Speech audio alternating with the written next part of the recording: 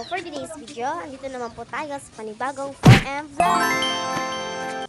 I'm going to tell you about how my mom started her small business. Ang totoo po kasi yan ay dati, wala po talaga si mamang business pa. Guard lang po siya sa trabaho po na kanyang pinapasukan. At yung pera po na yun ay hindi po sapat para po sa aming pang-araw-araw. Kasi po mabilis lang po itong maubos sa dami po ng gastusin. Kaya naman, mas pinili niya na lang po mag-business. At sa ganon, masasamaan niya na rin po yung kapatid ko sa bahay.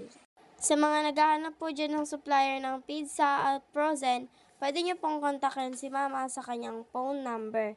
I-dictate ko na lang po yung kanyang phone number. 0928-909-6027. Para din po makapag-start kayo ng small business tulad ng aking mama. So, let's support each other to reach our goals. At doon na nga po natatapos ang video na ito. At bago po ko po tatapusin, ay magpapakilala po muna ako. Ako po si Margaret, pangalawang anak ni Mama Belle.